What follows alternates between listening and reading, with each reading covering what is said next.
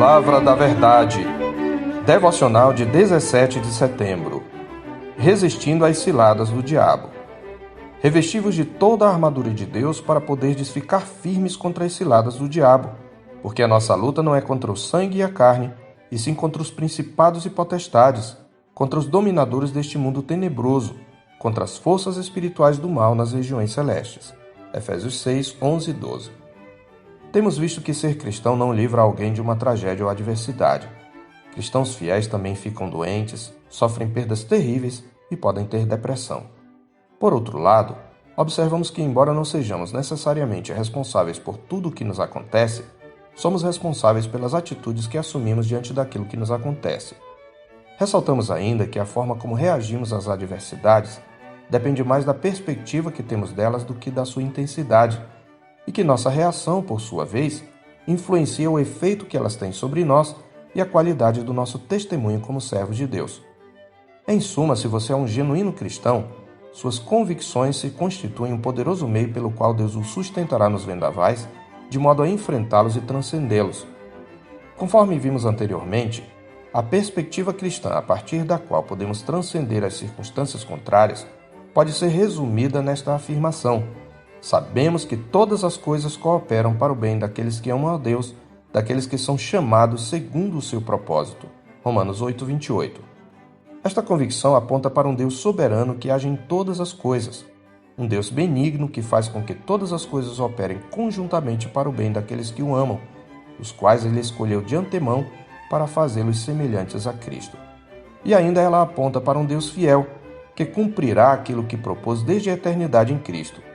Como cristãos, devemos nutrir essa convicção que se baseia na obra redentora e no propósito gracioso de Deus em Cristo. No entanto, quem já tem uma experiência de vida cristã sabe que, por mais verdadeiras que sejam, nossas convicções não necessariamente produzem alívio na dor, embora muitas vezes o façam. Para citar um exemplo simples, tal convicção não o alivia de uma dor crônica da qual você padece em função de uma enfermidade, por exemplo. Isto vale também para as chamadas dores da alma, como a depressão. É possível, portanto, um crente ter uma perspectiva bíblica da vida e, no entanto, ainda experimentar o que experimentou Davi no Salmo 18, 3 e 4. Laços de morte me cercaram, torrentes de impiedade me impuseram terror, cadeias infernais me cingiram e tramas de morte me surpreenderam. Qual seria então a utilidade de nutrir uma convicção que não traz alívio imediato? A resposta é: as convicções que procedem do Evangelho nos ajudarão a resistir no dia mau. Isto é precisamente o que nos diz o nosso texto. Somos duplamente exortados a tomar a armadura de Deus em Efésios 6, nos versos 11 e 13. Mas qual o objetivo? Experimentar alívio? Não. Paulo aponta-nos 3 objetivos a serem perseguidos em nossa luta, mas nenhum deles inclui ter alívio. Não entenda mal. Não queremos dizer que o crente não tenha alívio. Pelo contrário, se você está em Cristo, já experimentou muitas vezes o consolo divino e pode dizer com Paulo em 2 Coríntios 1, versos 3 e 4: Bendito seja o Deus e Pai de nosso Senhor Jesus Cristo, o Pai de misericórdias e Deus de toda consolação. É Ele que nos conforta em toda a nossa tribulação, para podermos consolar os que estiverem em qualquer angústia, com a consolação com que nós mesmos somos contemplados por Deus. Mas a pergunta permanece: qual o objetivo de tomar a armadura de Deus? Antes de prosseguir, é preciso ressaltar que revestir-se da armadura de Deus nada mais é do que revestir-se do próprio Evangelho e, por que não dizer, revestir-se de Cristo. O cinto da verdade, a couraça da justiça, o Evangelho da paz, o escudo da fé, a espada do Espírito, que é a palavra de Deus, tudo isto se resume em uma palavra: Evangelho. Trata-se das convicções que se fundamentam inteiramente na obra redentora de nosso Senhor Jesus Cristo. Então, se você ainda não se arrependeu dos seus pecados e ainda não correu para Cristo, não pode ter tal convicção. Tendo dito isto, prosseguimos. Qual o objetivo de tomarmos a armadura de Deus? Paulo nos apresenta 3 objetivos, dos quais, por ora, refletiremos apenas no primeiro. Devemos nos revestir de toda a armadura de Deus para podermos ficar firmes contra as ciladas do diabo. Ficar firmes aqui significa não cair, ou seja, não pecar contra Deus. Paulo ressalta que, como filhos de Deus, temos uma luta corpo a corpo. Este é o sentido da palavra luta aqui. Ora, numa luta corpo a corpo, dificilmente se sai ileso. Mesmo aquele que vence a luta nunca sai sem feridas, algumas delas profundas. Acrescente-se a isto o fato de que o inimigo de nossa alma é poderoso. O diabo comanda aqueles que são os dominadores deste mundo tenebroso, as forças espirituais do mal nas regiões celestes.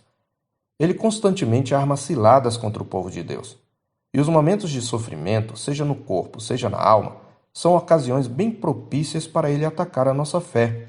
Não significa que todo sofrimento é de origem satânica, mas significa que o diabo se aproveita desses momentos para nos peneirar como trigo, como alertou o Senhor a Pedro em Lucas 22, 31 e 32.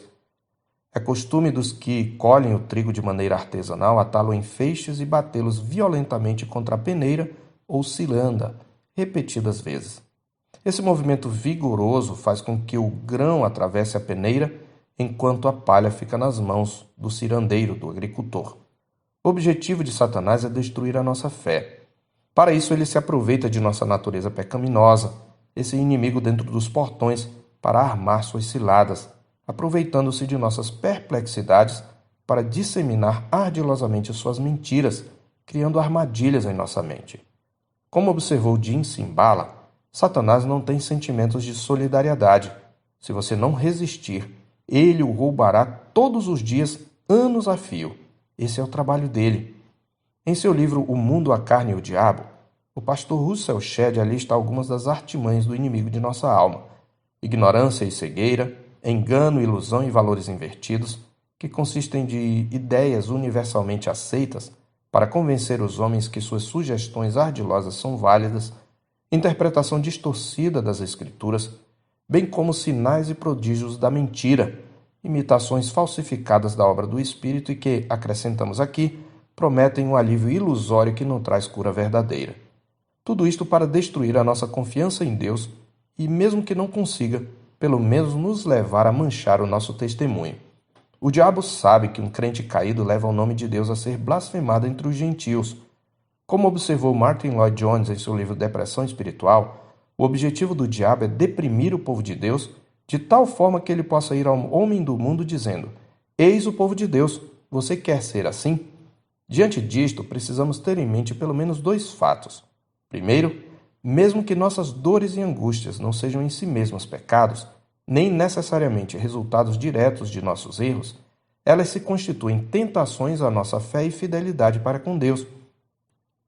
Em segundo lugar, mesmo sob duras lutas, como cristãos, nosso alvo continua sendo glorificar a Deus e honrar o nome de Cristo, como diz a palavra de Deus em 1 de Pedro 4,16. Mas se sofrer como cristão, não se envergonhe disso, antes glorifique a Deus com esse nome. O cristão que sofre deve cultivar em seu coração o mesmo pensamento que teve Paulo quando o Espírito Santo lhe assegurou que lhe aguardavam cadeias e tribulações. Porém, em nada considero a vida preciosa para mim mesmo, contanto que complete a minha carreira e o ministério que recebi do Senhor Jesus para testemunhar o Evangelho da graça de Deus. Atos 20 e 24. Como filho amado, você pode clamar ao Senhor por alívio, mas não permita que Satanás o desvie do seu principal propósito, a glória do seu Senhor.